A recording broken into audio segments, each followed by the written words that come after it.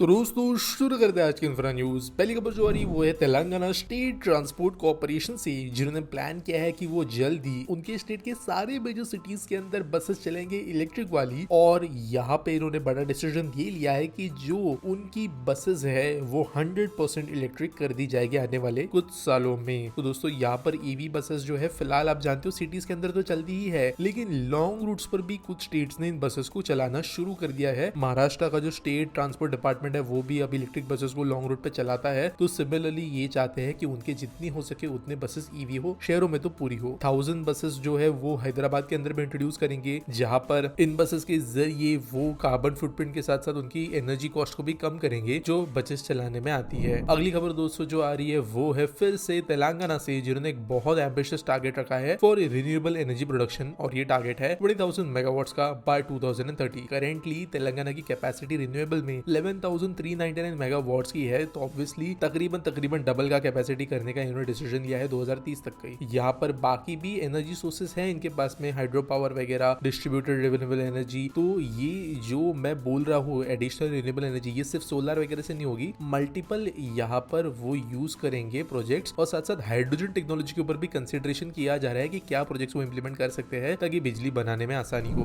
अगली दोस्तों जो खबर आ रही है वो है आंध्र प्रदेश से, जहाँ पर स्टेट सोच रहा है कि 7 नए एयरपोर्ट उनके राज्य में बनाया जाए। यूनियन मिनिस्टर जो है राम मोहन नायडू एविएशन के लिए, उनके द्वारा एक मीटिंग अटेंड की गई चीफ मिनिस्टर रेसिडेंस के ऊपर नायडू जी के, और यहाँ पर कंस्ट्रक्शन एक्सपांशन ऑफ एयरपोर्ट्स के ऊपर चर्चा हुई है। विशाखापट्टनम, तिरुपति, कडपा, राजमुंद्री, गन्नवरम, ये सारे एयरपोर्ट्स जो है इनको बनाने का और एयरपोर्ट को एक्सपांशन का भी काम होगा। At the same time Kurnool airport जो करेंटली स्टेट गवर्नमेंट के द्वारा मैनेज होता है, उत्तर प्रदेश के अंदर एक प्राइवेट एयर स्ट्रिप है, इन सब जगहों को भी एआई के साथ में मिलकर काम किया जाएगा और 7 बेसिकली न्यू एयरपोर्ट्स इसमें होंगे। तो देखते हैं किस तरीके से चीजें होगी। वैसे कुछ एयरपोर्ट्स को यहाँ पर फार्मिंग गुड्स जो होती है, कोल्ड स्टोरेज वगैरह के हिसाब से भी बनाया जाएगा ताकि लॉजिस्टिक्स को बेहतर बनाया जा सके। अगली खबर दोस्तों जो आ रही है वो है विशाखापट्टनम से, जहाँ पर पीएम के द्वारा जनवरी 8 को विजिट होने वाली है और वो कई सारे इंपॉर्टेंट प्रोजेक्ट्स का लॉन्च करेंगे। तो एक न्यू रेलवे जोन का तो फाउंडेशन स्टोन तो ले होने ही वाला है, इसके अलावा यहाँ पर कुछ एजुकेशनल इंस्टीट्यूट वगैरह का भी इनॉग्रेशन या कहीं तो फाउंडेशन स्टोन लेने का काम होगा। अगली खबर दोस्तों जा रही है चेन्नई से, या स्पेसिफिकली कहे तो चेन्नई मेट्रो से, जहाँ पर लंबे डिले के बाद में फाइनली फ्लड बैरियर्स के इंस्टॉलेशन पर काम शुरू हो गया है। तो दोस्तों कुछ मेट्रो स्टेशन पे थोड़ा बहुत पानी के इंग्रेस का इशू देखा गया था, तो फ्लड बैरियर्स लगाने यहाँ पे जरूरी थे, तो एक काम शुरू हो गया है और जल्द खत्म भी हो जाएगा ऐसा कहा गया है। नेटवर्क जो है 54 किलोमीटर का है चेन्नई का अंडरग्राउंड वाला, तो यहाँ पर ऑब्वियसली कई स्टेशन के इंग्रेस आउटग्रेस पॉइंट्स के ऊपर ये काम करना पड़ेगा। और पायलट बेसिस पे जो है 4 साल पहले ही सीएमआरएल ने कुछ सबवेज वगैरह में देखा था एंट्री एग्जिट्स पे फ्लड गेट्स लगा के कितना इफेक्टिव वगैरह है। तो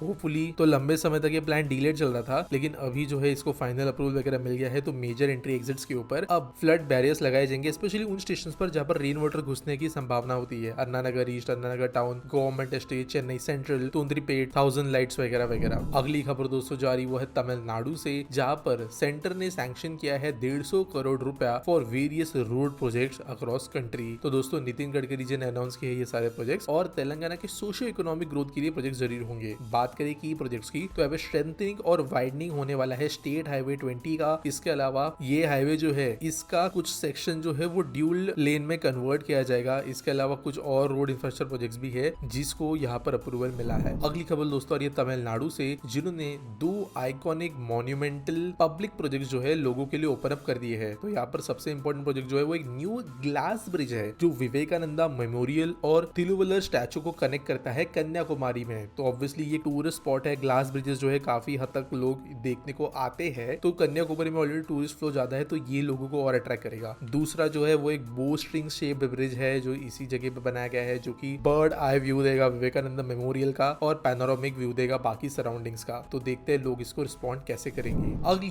खबर दोस्तों जो आ रही है वो है केरला से, जहाँ पर 20 कोच लंबी वंदे भारत पहुंची है कोचुवेली में, जो कि बेसिकली तिरुवनंतपुरम नॉर्थ का स्टेशन है। तो सर्टिफिकेशन वगैरह हो गया है इस ट्रेन का, तो आप ऐसे समझ सकते हो कि प्रोबेबली ये सेकंड वंदे भारत होगी जो 20 कोचेस के साथ में चलेगी। करेंटली 16 कोच की ट्रेन चलती है और ये भी बहुत ज्यादा हाईली डिमांड में रहने वाली वंदे भारत है। इसके पहले मुंबई अहमदाबाद जो ट्रेन है वंदे भारत वाली, इसको पहले डबल किया गया, 2 वंदे भारत चलती है, उसके बाद में 20 कोच वाली इंट्रोड्यूस की गई, लेकिन अभी भी आपको जो है वंदे भारत में टिकट इजीली नहीं मिलता है मुंबई अहमदाबाद के बीच। सिमिलर जो है सिनेरियो तिरुवनंतपुरम कसरगांव रूट की जो वंदे भारत है उसके लिए भी देखा जा रहा था, जो कि 6 दिन ऑपरेट करती है थर्सडेज छोड़ के, फिर भी इसमें 200% से ज्यादा ऑक्यूपेंसी थी। तो गवर्नमेंट जिन जिन रूट्स पे वंदे भारत की डिमांड अच्छी है वहां पर 20 कोच वाली ट्रेन इंट्रोड्यूस कर रही है। अगली दोस्तों जो खबर आ रही है वह अंडमान निकोबार एंड लक्षद्वीप आइलैंड से, जहां पर 7th हियरिंग मीटिंग हुई है आइलैंड डेवलपमेंट एजेंसी की, और रिव्यू किया गया है progress on ongoing development initiatives in Andaman Nicobar and Lakshadweep. तो आप जानते हो दोस्तों, अंडमान निकोबार लक्षद्वीप दोनों को डेवलप किया जा रहा है। लक्षद्वीप फिर भी थोड़ा शांति से ही होगा, जहां पर मेनली टूरिज्म रिलेटेड चीजें की जा रही है, लेकिन अंडमान निकोबार आइलैंड के अंदर एक ट्रांसशिपमेंट पोर्ट बन रहा है, यहाँ पे solar and wind energy projects बन रहे हैं, यहाँ पर एक मेडिकेयर सिटी बन रही है, पूरा का पूरा यहाँ पर एक नया शहर डेवलप किया जा रहा है ट्रांसशिपमेंट के साथ। तो इन चीजों को रिव्यू किया गया है और प्रोग्रेस को देखा गया है। आज के आस्पिटी सवाल के बारे में बात करें तो आयुष